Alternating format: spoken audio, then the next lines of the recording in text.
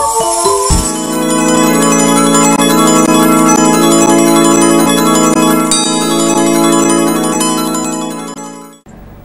اللہ الرحمن الرحیم رب اشرح لی صدری ویسر لی امری واحلل عقدۃ من لسانی یفقہوا قولی۔ اسلامی تعلیمات کے اس پروگرام میں آپ کا بہت بہت خیر مقدم ہے۔ اس پروگرام کے ذریعے ہم قرآن اور حدیث کے قصے اور واقعات آپ کے سامنے پیش کرتے ہیں، جس میں ہمارے لیے سبق ہے اور رہنمائی کا سامان ہے، اور اسی کے ساتھ ساتھ اسلامی تعلیمات کی وہ باتیں بھی ہم آپ کے سامنے رکھتے ہیں جس میں مورل ویلیوز سکھائی گئی ہیں، تاکہ ہم اپنے اندر اعلیٰ کیریکٹر پیدا کر سکیں، اعلیٰ اخلاق پیدا کر سکیں اور دنیا اور آخرت میں کامیابی حاصل کر سکیں۔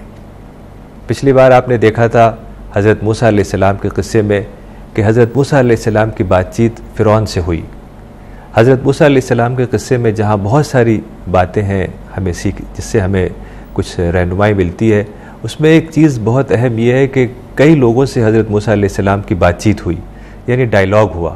مثال کے طور پر حضرت موسیٰ علیہ السلام کی بات چیت حضرت شعیب سے ہوئی مدین میں، پھر جب وہ مدین سے واپس آئے اور ماؤنٹ سائنائی پہ پہنچے تو اللہ تعالیٰ نے حضرت موسیٰ علیہ السلام سے بات چیت کی۔ پھر فیرو سے بات چیت حضرت موسیٰ علیہ السلام کی ہوئی، جو آپ نے پچھلے ایپیسوڈ میں دیکھا تھا، اور اس کے بعد آپ آگے دیکھیں گے کہ حضرت موسیٰ علیہ السلام کی بات چیت خضر سے ہوئی، اور ایسے ہی جو فرعون کا محل تھا اس کے اندر بھی ایک شخص تھا جس کا نام رجل مومن آیا ہے قرآن میں، یعنی اے بلیونگ پرسن، اس نے بھی فرعون سے بات چیت کی۔ تو یہ کئی طرح کے ڈائیلاگ ہیں۔ پھر چلڈرن آف اسرائیل سے بات چیت ہوگی، بنی اسرائیل سے حضرت موسیٰ علیہ السلام کی بات چیت ہوگی۔ ایسے ہی ایک شخص تھا جس کا نام سامری تھا، اس سے بات چیت ہوگی، اور حضرت موسیٰ علیہ السلام کی بات چیت ہارون علیہ السلام سے ہوگی۔ اس طرح سے اس قصے میں آپ دیکھیں گے کہ کئی طرح کے ڈائیلاگ ہیں۔ اس سے ہمیں پتہ چلتا ہے کہ پیغمبر کا انداز کلام کیا ہوتا ہے، اس کے بات چیت کرنے کا طریقہ کیا ہوتا ہے۔ تو جب فرعون سے حضرت موسیٰ علیہ السلام کی بات چیت ہوئی اور حضرت موسیٰ علیہ السلام نے اللہ تعالیٰ کا پیغام اس کو پہنچایا، لیکن فرعون نے اس کا انکار کیا اور مذاق اڑایا اور کہا کہ یہ لوگ تو جادوگر ہیں، اور جو درباری تھے ان لوگوں نے بھی فرعون کو اکسایا اور کہا کہ یہ لوگ چاہتے ہیں کہ تمہارے ملک سے جادو کے ذریعے نکال دیں۔ تو فرعون نے کہا کہ ہم ان کو سبق سکھائیں گے، ہم بھی بہت ہی جو چنے ہوئے مصر کے جادوگر ہیں، جو ماہر جادوگر ہیں، ان کو بلائیں گے اور موسیٰ کا ان سے مقابلہ کروائیں گے۔ تو یہ طے ہوا کہ ایک دن غالباً کوئی تہوار کا دن، جو وہاں کوئی بڑا تہوار ہوتا تھا، وہ دن طے ہوا کہ اس دن سارے جو بڑے بڑے جادوگر ہیں ان کو بلایا جائے گا اور موسیٰ سے ان کا مقابلہ ہوگا۔ تو خیر وہ دن آ گیا اور سارے لوگ جمع ہونے لگے۔ صبح سے ہی بہت سے لوگ آنے لگے، کوئی بہت بڑا میدان تھا جہاں پر سارے لوگ جمع ہو گئے، اور وہاں فرعون بھی موجود تھا، اس کی وجہ سے اس کی اہمیت اور بڑھ گئی۔ تو سارے جب جادوگر آئے تو وہ جادوگر بولے فرعون سے کہ کیا اگر ہم جیت جائیں گے تو ہمیں کوئی اجر ملے گا؟ تو فرعون نے کہا کہ نام، قال نام وَإِنَّكُمْ إِذًا لَمِنَ الْمُقَرَّبِينَ، کہ ہاں تمہیں اجر ملے گا، تمہیں ریوارڈ ملے گا، تمہیں انعام ملے گا، اور تم ہمارے مقرب لوگوں میں سے ہو جاؤ گے، قریبی لوگوں میں سے ہو جاؤ گے۔ جیسے ہمارے ملک میں جب مغل بادشاہ ہوتے تھے تو ان کے ہاں دو طرح کے دربار ہوتے تھے، دیوان عام اور دیوان خاص۔ دیوان عام میں عام جو جنتا ہوتی تھی، عوام آیا کرتے تھے، اور دیوان خاص میں جو نوبلز ہوتے تھے اور خاص لوگ ہوتے تھے وہ آیا کرتے تھے۔ تو غالباً ایسے ہی کچھ فرعون کے ہاں بھی ہوگا، دیوان عام اور دیوان خاص۔ تو اس کا کہنے کا مطلب یہ ہے کہ تم دیوان خاص میں تمہیں آنے کی اجازت ہو جائے گی۔ تو حضرت موسیٰ علیہ السلام نے دیکھا جادوگروں کو، تو حضرت موسیٰ علیہ السلام نے ایک مختصر سی تقریر کی۔ انہوں نے کہا کہ پیغمبر جو سچائی لے کر آیا ہے، اس کو تم جھوٹا ثابت کرنا چاہتے ہو، یہ خدا کا معاملہ ہے، یہ انسان کا معاملہ نہیں ہے، یہ جادو کا معاملہ نہیں ہے۔ تو جس انداز سے حضرت موسیٰ علیہ السلام نے وہ باتیں کہیں، اس کی وجہ سے سارے جادوگر ڈر گئے اور ان کی جماعت میں اختلاف ہو گیا، ان کے اندر ہمت کم ہو گئی مقابلے کی۔ لیکن پھر جو فرعون کے ساتھی تھے اور فرعون نے کافی اکسایا کہ تم ہی جیتو گے، تمہاری جیت ہوگی، تو پھر ان کے اندر دوبارہ ہمت ہوئی حضرت موسیٰ علیہ السلام سے مقابلہ کرنے کی۔ اس طریقے سے حضرت عبداللہ ابن عباس کی روایت سے پتہ چلتا ہے کہ 70 جادوگر تھے۔ حضرت عبداللہ ابن عباس کو رسول اللہ بہت پسند کیا کرتے تھے اور وہ عمر میں رسول اللہ سے چھوٹے تھے۔ ایک بار حضرت محمد صلی اللہ علیہ وسلم نے حضرت عبداللہ ابن عباس کے لیے دعا بھی کی تھی کہ اللہ تعالیٰ ان کو قرآن کے سمجھنے کی فہم عطا فرمائے۔ ان کا ایک قول ہے کہ حرکوا بہ القلوب، یعنی قرآن کے ذریعے تم اپنے دل کی حرکت دو، اپنے دل کو حرکت دو، یعنی تم اپنے اندر قرآنی پرسنالٹی اور قرآنی شخصیت پیدا کرو۔ تو اس طریقے سے سارے جادوگر جن کی تعداد ہمیں پتہ چلتی ہے حضرت عبداللہ ابن عباس کی روایت سے کہ 70 تھے، تو ایک طرف 70 جادوگر اور دوسری طرف 2 لوگ یعنی حضرت موسیٰ علیہ السلام اور ان کے بھائی حضرت ہارون۔ تو اس طریقے سے ایسا لگتا ہے کہ جو جادوگر تھے ان کے اندر بڑا کانفیڈنس تھا۔ وہ بولے کہ حضرت موسیٰ علیہ السلام سے بولے کہ آپ پہلے شروع کریں گے یا ہم شروع کریں؟ تو حضرت موسیٰ علیہ السلام نے کہا کہ آپ پہلے شروع کریے۔ تو ان لوگوں نے جو ان کے ہاتھ میں رسیاں تھیں اور لاٹھی تھی، اسٹک وغیرہ جو تھی، وہ ڈالی اور وہ بولے کہ فرعون کی شان کی قسم فتح ہماری ہوگی۔ تو انہوں نے اپنی جو چیزیں ڈالی وہ اچانک سب سانپ میں تبدیل ہونے لگیں، ہر طرف سانپ گھومنے لگے اور بہت ہی زبردست قسم کا انہوں نے جادو وہاں دکھایا۔ قرآن میں آیا کہ وَجَاءُوا بِسِحْرٍ عَظِيمٍ، کہ یعنی انہوں نے بہت ہی زبردست قسم کا جادو دکھایا، یہاں تک کہ جو حضرت موسیٰ علیہ السلام بھی گھبرا گئے، وہ ان کی ہمت ہارنے لگے، ہمت ان کی ٹوٹنے لگی۔ تو اسی وقت اللہ تعالیٰ نے ان سے وحی کے ذریعے بات کی اور کہا کہ تم ڈرو مت، جو تمہارے ہاتھ میں ہے وہ ریئل ہے، وہ حقیقی ہے، اور ان لوگوں نے تو جادو کیا ہے اور جادو کبھی کامیاب نہیں، جادوگر کبھی کامیاب نہیں ہو سکتا۔ دراصل جادو کیا ہے؟ جادو ایک طریقے کا ایلیوژن ہے، یعنی جو جادوگر ہوتا ہے وہ کچھ ایکسرسائزز کرتا ہے، کچھ مشق کرتا ہے، کچھ ایکسرسائزز کے ذریعے وہ اپنی ول پاور کو بڑھاتا ہے، اپنی قوت ارادی کو بڑھاتا ہے، مضبوط کرتا ہے، اس کے ذریعے لوگوں کے ذہن پہ اثر کرتا ہے۔ تو یہ ایک طرح کا ایلیوژن ہے، اور آج کل کے زمانے میں جو جادو ہوتا ہے وہ تو بیسیکلی گیجٹس اور جو اوزار وغیرہ ہوتے ہیں اسی کے ذریعے ہوتا ہے۔ تو جادو کا ذکر قرآن میں بھی ہے، ہاروت اور ماروت کے قصے میں، وَبِبَابِلِ ہاروت و ماروت۔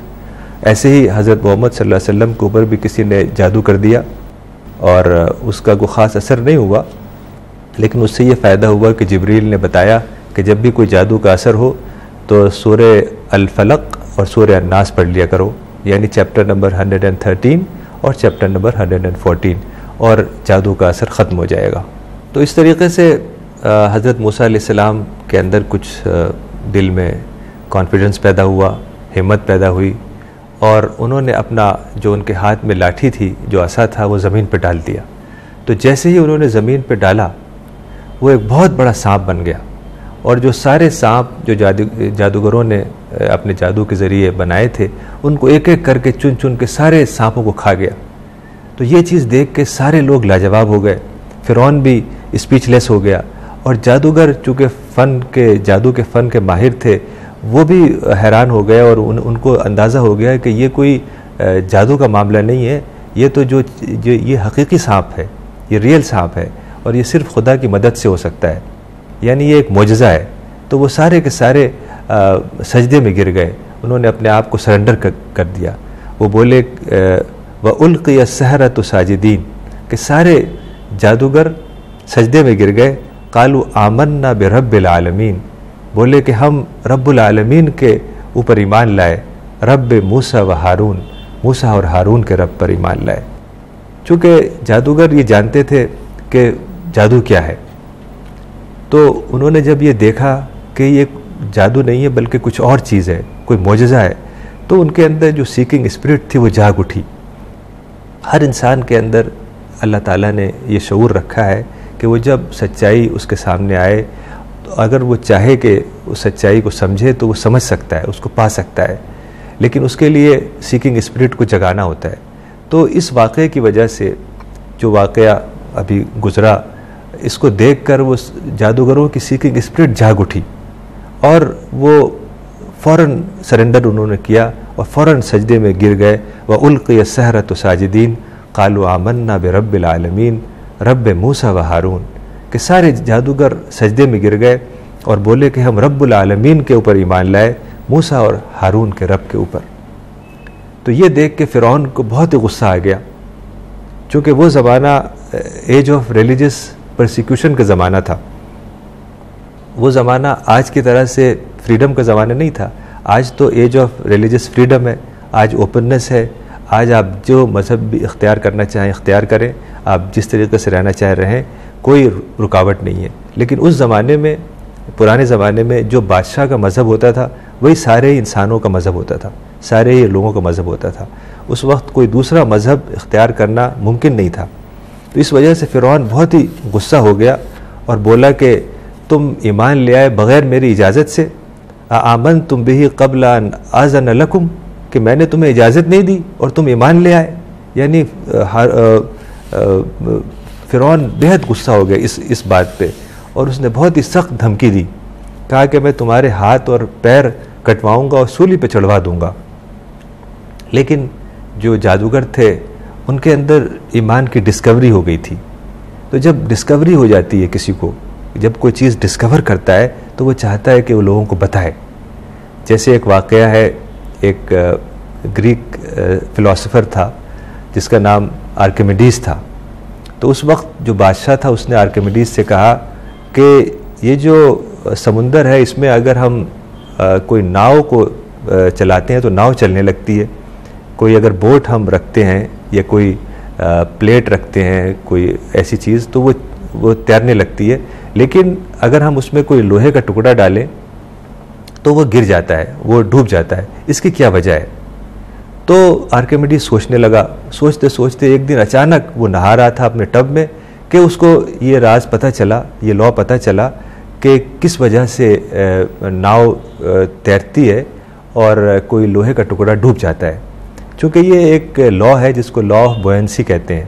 یعنی پانی میں اگر کوئی ایک چیز ایسی ہو، وہ اگر پانی میں رکھی جائے تو وہ جتنا بھی پانی ڈسپلیس ہوتا ہے اتنا ہی اپورڈ تھرسٹ پیدا ہوتا ہے اس میں. یعنی اوپر سے جو گریوٹی کا اثر ہے اس کی وجہ سے کم ہو جاتا ہے یا ختم ہو جاتا ہے. تو گریوٹی کھینچ رہی ہوتی ہے اور وہ تھرسٹ اس کو نل کر دیتا ہے. تو اس کو لا آف بوئنسی کہتے ہیں. تو جیسے آرکیمیڈیز کو پتہ چلا، وہ ایسے ہی نکل کے بھاگا یوریکا یوریکا کہتے ہوئے کہ میں نے پا لیا، میں نے پا لیا. یعنی لوگوں کو جا کے بتائے کہ میں نے ایک حقیقت، ایک لا ڈسکور کیا. تو یہی حال جادوگروں کا بھی ہوا کہ وہ حق کے دائی بن گئے اور وہ بولے، حالانکہ فرعون نے بہت سخت دھمکی دی کہ میں تمہارے ہاتھ اور پیر کٹواؤں گا اور تمہیں سولی پہ چڑھاؤں گا. لیکن انہوں نے کہا کہ اب سچائی ہمارے سامنے آ گئی ہے، ہم اپنے رب کے اوپر ایمان لاتے ہیں تاکہ وہ ہمارے گناہوں کو معاف فرمائے. اور وہ بولے کہ قالوا لن نؤثرك على ما جاءنا من البينات والذي فطرنا، کہ اللہ تعالیٰ نے ہمیں پیدا کیا ہے، جو نشانیاں ہمارے پاس آئیں ہیں اللہ تعالیٰ کی طرف سے، ہم اس کے اوپر ایمان لاتے ہیں. فاقض ما انت قاض، جو دل چاہے تم کر لو. انما تقضی هذه الحیات الدنیا، تم اسی دنیا میں کر سکتے ہو. یعنی معاملہ تو آخرت تک کا ہے، آخرت میں تو اللہ تعالیٰ ہمیں بخش دے، اس کی وہ دعا کر رہے تھے. اور جو کچھ تم کر سکتے ہو اس دنیا میں ہی کر سکتے ہو. اور پھر آگے انہوں نے بولا انما آمنا بربنا لیغفر لنا خطایانا وما اکرہتنا علیہ من السحر، کہ ہم اللہ تعالیٰ سے دعا کرتے ہیں کہ وہ ہمارے خطاؤں کو، ہمارے گناہوں کو معاف کر دے، اور جو جادو تم نے ہم سے کروایا اس کے لیے اللہ تعالیٰ ہمیں معاف کر دے. پھر انہوں نے دعوت دی، یعنی فرعون کو اور سارے لوگوں کو دعوت دی اور بولے انہ من یأتی ربہ مجرما فإن لہ جہنم لا یموت فیہا ولا یحیا، کہ جو اپنے رب کے پاس مجرم کے طور پر آیا اس کے لیے جہنم ہے جس میں وہ ہمیشہ رہے گا، نہ وہ موت آئے گی نہ وہ زندہ رہے گا وہاں. ومن یأتی مومنا قد عمل الصالحات فاولئک لهم الدرجات العلی، اور جو مومن بن کے آیا، جو بلیور بن کے آیا، اس کے لیے جنت ہے اور بڑے بڑے مقام ہے. جنات عدن تجری من تحتها الانہار، ایسی جنت جس میں پانی نہریں بہہ رہی ہوں گی، خالدین فیہا، ہمیشہ اس میں رہے گا، وذالک جزاء من تزکا، اور یہ جنت کی قیمت ہے تزکیہ، یعنی جس نے اپنا تزکیہ کیا اس کو جنت ملے گی۔ یہ قرآن کی ایک بہت ہی اہم آیت ہے، ذالک جزاء من تزکا، اور اللہ تعالیٰ نے ان جادوگروں کے زبان سے اس بات کو کہلوایا ہے، ذالک جزاء من تزکا، یعنی جنت اسی کو ملے گی جو اپنا تزکیہ کرے۔ تو تزکیہ کیا ہے؟ تزکیہ کے معنی ہے پاک کرنا، یعنی ان تمام چیزوں سے انسان کو پاک کرنا جو اس کی تعمیر اور جو اس کی اسپریچولیٹی کے لیے رکاوٹ ہے۔ چونکہ انسان کی جو پرسنالٹی ہے، جو وجود ہے، وہ دراصل ڈوئل پرسنالٹی ہے، یعنی اس کی باڈی اور سول، اس کا جسمانی وجود اور اس کا روحانی وجود۔ جو جسم ہے وہ تو ایک وہیکل ہے، اور جب موت آتی ہے تو جسم باقی رہ جاتا ہے، لیکن جو اس کی روح ہے وہ وہی چیز ہے جو خدا کی طرف بڑھتی ہے۔ تو مختلف الفاظ استعمال ہوتے ہیں، روح، فطرت، نفس، عقل، مائنڈ، یہ سب بات ایک ہی ہے۔ لوگ کہتے ہیں باڈی، مائنڈ، سول، تو باڈی اور مائنڈ یا باڈی، مائنڈ، سول ایک ہی بات ہے۔ مائنڈ اور سول دراصل ایک ہی بات ہے۔ مائنڈ سائنٹیفک ورڈ ہے اور سول ریلیجس ورڈ ہے۔ تو باڈی اور مائنڈ یہ دو چیزیں ہیں، اور قرآن سے ہمیں پتہ چلتا ہے کہ انسان کی جو زندگی کا مقصد ہے وہ یہ ہے کہ انسان اپنے نفس کا، اپنے سول کا تزکیہ کرے۔ اسی کو جادوگروں نے کہا وَذَلِكَ جَزَاءُ مَن تَزَكَّىٰ، اور قرآن میں آتا ہے قَدْ أَفْلَحَ مَن زَكَّاهَا، کہ وہی کامیاب ہوا جس نے اپنا تزکیہ کیا، جس نے اپنی سول کو پیوریفائی کیا، وَقَدْ خَابَ مَن دَسَّاهَا، اور وہ ناکام ہوا جس نے اس کو خراب کیا۔ تو پیغمبروں کا مقصد بھی قرآن میں یہی آیا ہے، وَيُزَكِّيهِمْ وَيُعَلِّمُهُمُ الْكِتَابَ وَالْحِكْمَةَ، کہ وہ تزکیہ کرتے ہیں اور لوگوں کو وزڈم اور کتاب کی تعلیم دیتے ہیں۔ تو جب انسان پیدا ہوتا ہے تو وہ فطرت پر پیدا ہوتا ہے، یعنی نیچر پر پیدا ہوتا ہے۔ جب انسان پیدا ہوتا ہے تو اس کے اندر کوئی برائی نہیں ہوتی ہے، کوئی نگیٹیوٹی نہیں ہوتی ہے، لیکن جب ماحول کا اثر ہوتا ہے، ایجوکیشن حاصل کرتا ہے، دوستوں میں رہتا ہے، فیملی میں رہتا ہے، سوسائٹی میں جاتا ہے، تو اس کے اندر کنڈیشننگ شروع ہو جاتی ہے، یعنی اس کے اندر جو نیگیٹو جذبات ہیں وہ ابھرنے لگتے ہیں۔ تو یہ جو نیگیٹو جذبات ہیں، اسی سے انسان اپنے آپ کو اگر پاک کرے، اس کو پیوریفائی کرے، تو اسی کو تزکیہ کہا جاتا ہے، یا ماڈرن ٹرمنالوجی میں اس کو ڈی کنڈیشننگ کہا جاتا ہے۔ تو جدید سائنس نے ہمیں یہ بتایا ہے کہ جو انسان کا مائنڈ ہے اس کے 3 حصے ہیں، یعنی کانشیس مائنڈ، سب کانشیس مائنڈ اور ان کانشیس مائنڈ، شعور، تحت شعور اور لا شعور۔ تو اگر انسان کوئی ایسا واقعہ ہوتا ہے، کوئی ایسی بات ہوتی ہے جس سے انسان نیگیٹو ہو گیا، بہت سی باتیں ایسی ہوتی ہیں انسان کے لیے، کوئی کچھ غلط بات کہہ دیتا ہے، اس سے نیگیٹو ہو جاتا ہے۔ جیسے آپ نے ابھی قصے میں دیکھا کہ فرعون نے کہا کہ تم پاگل ہو حضرت موسیٰ علیہ السلام سے، وہ نیگیٹو ہو سکتے تھے لیکن انہوں نے بالکل نظر انداز کیا۔ تو اس طرح کی بہت سی باتیں ہوتی ہیں جس سے انسان نیگیٹو ہو جاتا ہے کسی کے خلاف، لیکن اگر وہ اس چیز کو ختم نہ کرے، غصہ ہے یا انتقام ہے یا اور جو اس طرح کی نیگیٹو نفسیات ہیں، ان کو ختم نہ کرے، تو وہ کچھ دن کے بعد جو شعور ہے، جو کانشیس مائنڈ ہے، اس سے تحت شعور یعنی سب کانشیس مائنڈ میں چلی جاتی ہے بات، اور پھر اگر اس کو نہ ختم کرے وہ کچھ دن تک، تو پھر وہ ان کانشیس مائنڈ، لا شعور میں چلی جاتی ہے، تو پھر وہ اس کی پرسنالٹی کا حصہ بن جاتا ہے۔ تو اس لیے انسان کو چاہیے کہ کوئی بھی بات اگر ایسی ہو جس سے اس کے اندر نیگیٹیوٹی کسی کے خلاف آئے، غصہ آئے، تو اس کو فوراً ختم کر دے، چونکہ اس کی وجہ سے اس کی پرسنالٹی نیگیٹو بن جائے گی۔ اور یہ بہت ضروری ہے کہ انسان اپنے اندر نیگیٹیوٹی نہ ہونے دے اور ہمیشہ اپنے اندر پازیٹیو شخصیت پیدا کرنے کی کوشش کرے، چونکہ جو نیگیٹو شخص ہے وہ کبھی اللہ تعالیٰ کے جو فیضانات آ رہے ہیں، جو انسپریشنز آ رہے ہیں، وہ اس کو حاصل نہیں ہو سکتے۔ میں نے آپ کو پہلے ایک قصہ سنایا تھا بدھا کا، گوتم بدھا کا، کہ وہ ایک شاگرد نے ان کو بلایا کہ آپ ہمارے یہاں آئیے، ہمارے یہاں دودھ کا کاروبار ہے، ہم آپ کو دودھ پیش کریں گے۔ تو وہ گئے اور ایک برتن لے گئے ساتھ میں اور اس میں مٹی ڈال دی۔ تو جب پہنچے اور شاگرد نے دیکھا کہ ان کے ہاتھ میں برتن ہے تو وہ برتن لیا، لیکن جب اس نے اس میں دیکھا تو اس میں مٹی تھی، تو اس نے اچھی طرح سے صاف کیا اور صاف کر کے پھر لایا اور اس میں پھر دودھ ڈال کے لا کے پیش کیا کہ میں آپ کو پیش کرتا ہوں۔ تو وہ لے کے دودھ گوتم بدھ جانے لگے گھر سے۔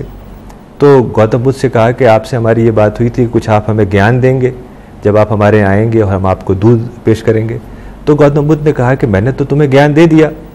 تو شاگرد نے کہا کہ آپ نے تو ایک لفظ بھی نہیں ابھی آپ بولے، کون سا گیان آپ نے مجھے دے دیا؟ تو گوتم بدھ نے کہا کہ دیکھو یہ جو برتن تھا یہ صاف نہیں تھا، اس میں مٹی تھی، تو تم نے اس کو صاف کیا اور تم نے پھر اس کے بعد دودھ رکھا۔ تو جس طریقے سے ایک صاف برتن میں ہی دودھ رکھا جا سکتا ہے، اسی طریقے سے تمہارا دل جو ہے وہ صاف تو ہے نہیں، اس میں تو نیگیٹیوٹی بھری ہوئی ہے۔ اگر میں کوئی بات بتاؤں تو تم کیسے اس کو اپنے دل میں رکھو گے، اپنے من کے اندر رکھو گے؟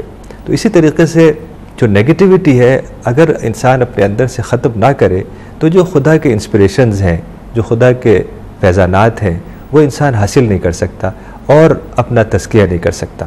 تو قرآن سے ہمیں پتہ چلتا ہے کہ تزکیہ ہی وہ عمل ہے جس کے ذریعے انسان جنت میں جائے گا، جیسا کہ جادوگروں کی زبان سے اللہ تعالیٰ نے کہلایا وَذَلِكَ جَزَاءُ مَن تَزَكَّىٰ، کہ جنت کی قیمت یہ ہے کہ انسان اپنے روح کو پاک کرے، اپنے سول کو پیوریفائی کرے۔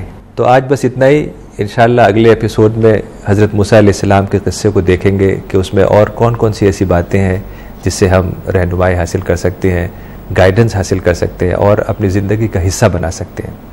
تو میں دعا کرتا ہوں کہ اللہ تعالیٰ مجھ کو اور آپ کو قرآن کو سمجھنے، اس کو پڑھنے، اس کے اوپر عمل کرنے کی توفیق عطا فرمائے اور قرآن کے میسیج کو سارے ہی انسانوں تک پہنچانے میں ہماری مدد فرمائے۔ وَأَقُولُ قَوْلِي هَٰذَا وَاسْتَغْفِرُ اللَّهَ لِي وَلَكُمْ أَجْمَعِينَ۔